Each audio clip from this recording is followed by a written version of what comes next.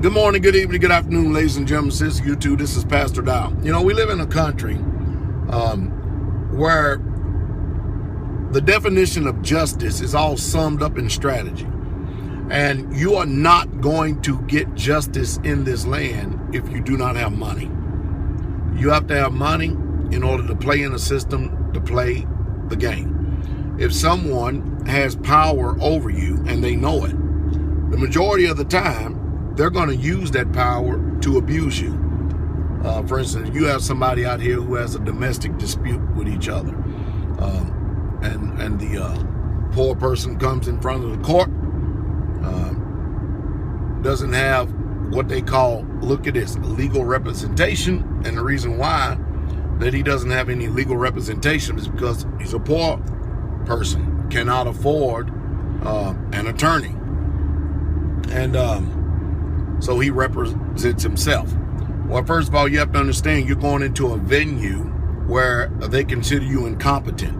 And for you to have the audacity to actually darken the presence of a judge without competent representation, meaning someone that knows how to speak the language and play the game the way they play it, is an offense against the judge and the system itself. That's proven to you that there's no such thing as justice in this land. All right. But however, if the person, be it plaintiff or defendant, has legal representation and they are going to fight against you, that legal representation knows the jargon, knows the game and stuff, and has favor more than likely with the judge already. So there you have it. So can you really, truly get justice in this land? So you people need to understand what justice is. Justice is greenbacks. Justice is Federal Reserve notes. Justice is not a fair shake. It's not.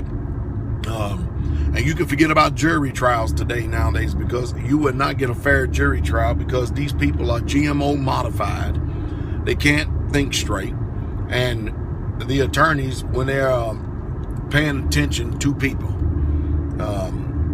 when they're asking you questions, especially if it's going to be a federal court, these people deal with people all of the time. They know when someone is dumb, stupid, ignorant, and can't comprehend and don't understand. So therefore, they know how to manipulate the mind. So when they're picking people for the jury, they know exactly what to pick. And the judge, automatically, he or she knows, they know what to pick as well. And they know how to wipe out a lot of people. So you're already up against a gauntlet where you stand or you think you're going to have an actual jury of your peers. It's just a sad situation. I give an example. And the reason why I'm speaking like this is because we just had a brother that come to us a year ago. Now, where he had prior convictions or not, I don't know.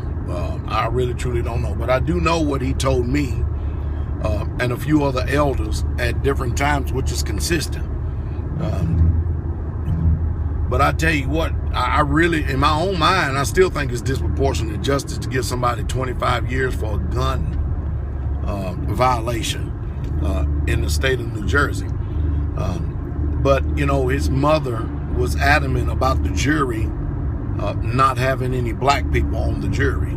And she was offended, literally offended. You know, and amidst the racial tensions that are going on in this country, and of course, you know, a lot of white people seeing the country that they stole literally almost being swept out from under their feet. There's some bitterness, some underlying bitterness and stuff, and you don't know what racism people have in their heart, be they black or white. You just simply don't know. I mean, a lot of people have an opinion that I'm racist, and yet and still they can't even live the life that I live. So, hey, I'm one that believe that people are entitled to their opinion, but their opinion is just simply not facts. I said a lot in this little short video, much to be desired. But if you start to learn how to navigate in this world is not about truth, and it's not about justice. It's about strategy and about those who have power to abuse you. If they can, they will. That's what you need to understand. That's what you need to comprehend. That's what you need to know.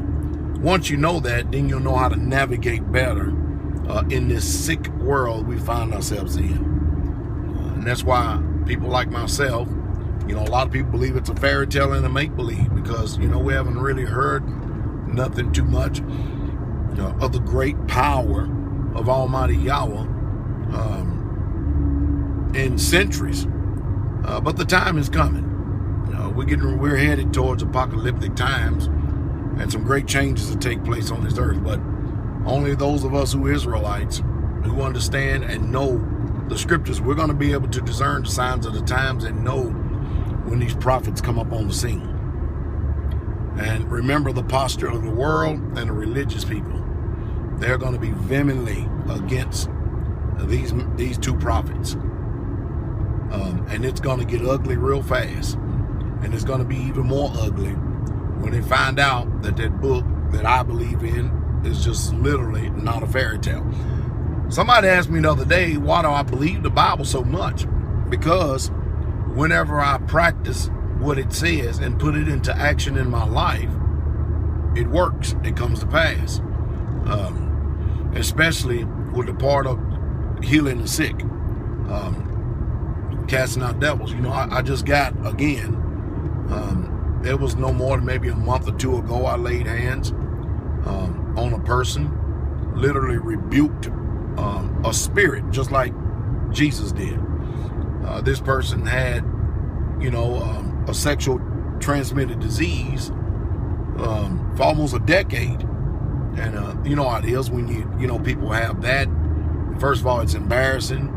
Number two, you really can't truly, for those of us who have never had a sexually transmitted disease, it's kind of hard to comprehend what these people are going through because, they have desires in this world too, and people make mistakes and stuff. And why should, if they have met y'all's conditions, why should they be held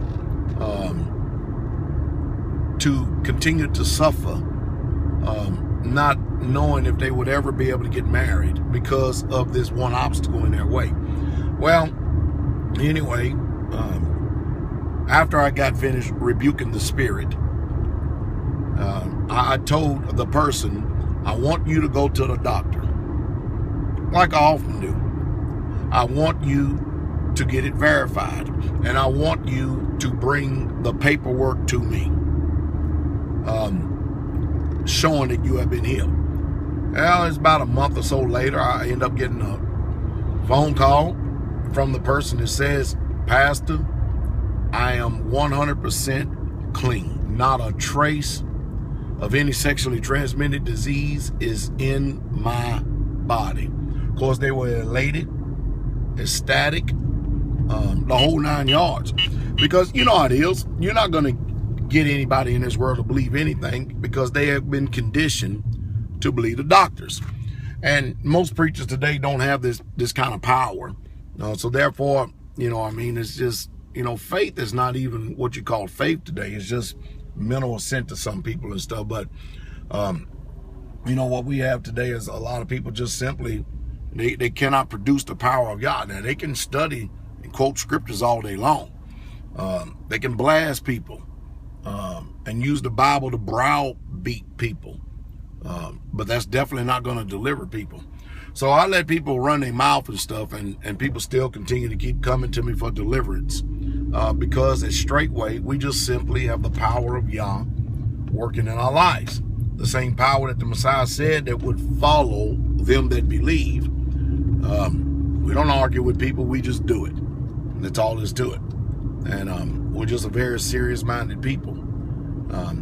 I hope that you can have the ears to hear. But, when you first hear me, chances are you're going to get highly offended and upset. But you really, truly need to take the time to get rid of the emotion, take the emotion and the feelings out of it, because you have to understand that all of us have issues and troubles and problems when we hear things that are foreign to our ears. But an intelligent person would actually do their own due diligence and investigate what I say to see if it's so, and then they will come to a healthy conclusion. I hope I said something to stimulate your thought and your mind this morning. Hopefully I've done something to impart some type of wisdom with you and to be a helper of your faith. I want you all to be encouraged. It's a wonderful day outside. We have an opportunity this day to live life to its fullest, and hopefully we can live it in love and benefit of others while we serve the Most High Yah. Hey, y'all be at peace. The King is coming.